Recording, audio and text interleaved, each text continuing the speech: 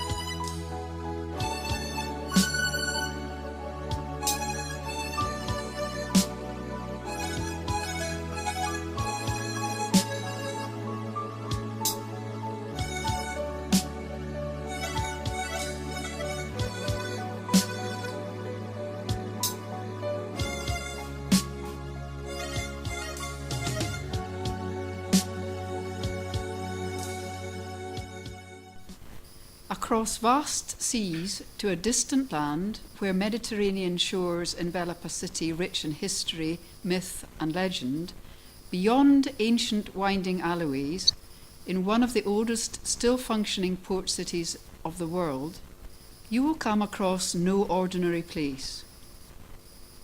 This is Tabeetha School, Jaffa, now the Church of Scotland's only school in the world. Tabeetha is the distinguished legacy of Scottish Jane Walker Arnott, who travelled to Jaffa in 1858. Her shock at the oppression the women suffered under the then Turkish rule moved her to want to help. She decided to empower specifically the girls by facilitating and aiding their education. Tabeetha School, named for the woman of good works in the book of Acts chapter 9, was birthed on 6th March 1863, when 14 Christian, Jewish and Muslim girls were welcomed to an upper room in Jane's house. She taught them to read and write, as well as important life skills, including embroidery and needlework. The girls made lace which was sold in Scotland to raise money for the next school year. The demand for this kind of education was so great that within a matter of years, the number of students had grown substantially. The girls and their teachers had to move out of the house and into a new building. An excerpt of a report written by Jane Walker Arnott in 1869 was shared by Miss Mary B. Baldwin, who ran the boys' school in Jaffa. The attendance at school increased so much this year that I was under the necessity of building a new schoolroom outside the house in order to accommodate such a large number of girls, and also to separate the rougher part of the day scholars, chiefly Muslims, from the others and from the girls living in the house.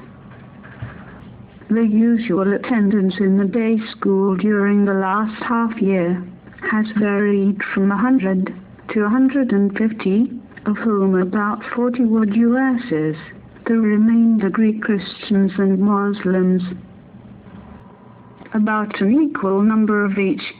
Besides these, we had, when we closed school, 61 girls resident in the house, being an increase of 33 since last year, and even the girls themselves were importunate to be taught. With funds raised and donated, the current building was erected in 1875. Jane Walker Arnott died in 1911 and bequeathed the school to a very surprised Church of Scotland, who took ownership in 1912. An inspiration to all those who knew her, Jane had over 3,000 people of all faiths attending her funeral. A memorial plaque placed in the school after her death has the scripture taken from Proverbs 31:28. Her children shall rise up and call her blessed.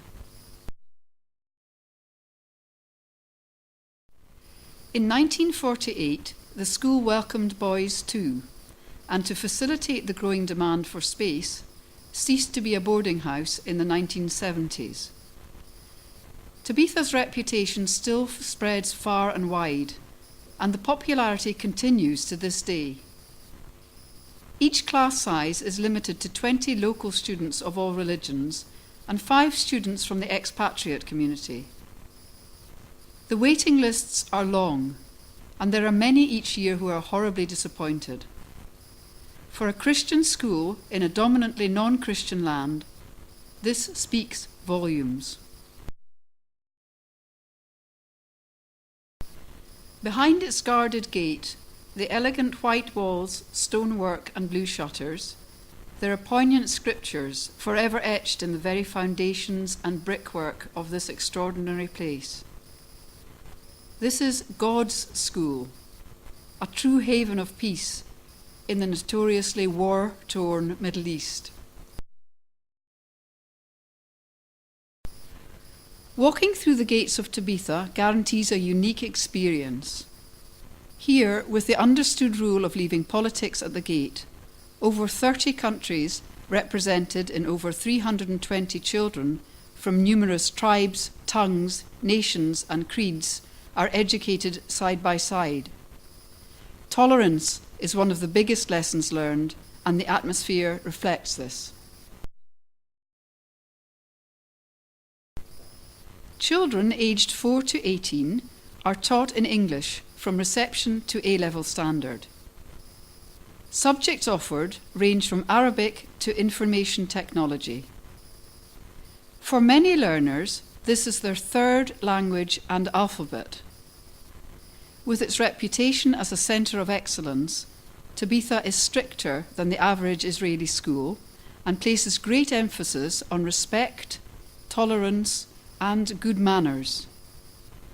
Its connection with Scotland is nurtured as much as possible, as the heritage is vital.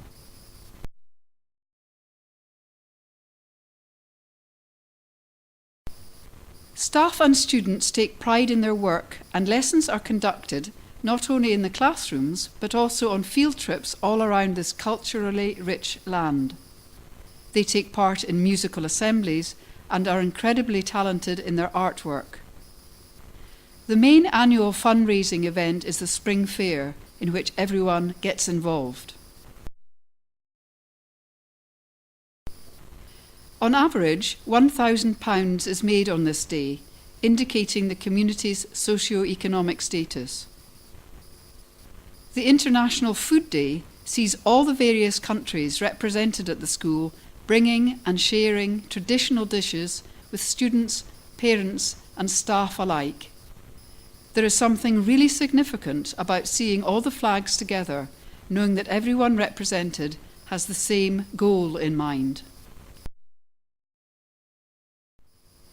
Now officially recognised as a non-profit organisation, Tabeetha, being in a lower socio-economic area, is a minimal fee-paying school and relies on fundraising events and donations for anything over and above the running costs. As the building is very old, the upkeep is constant. Generations have passed through Tabeetha's doors, and the legacy and heritage continues.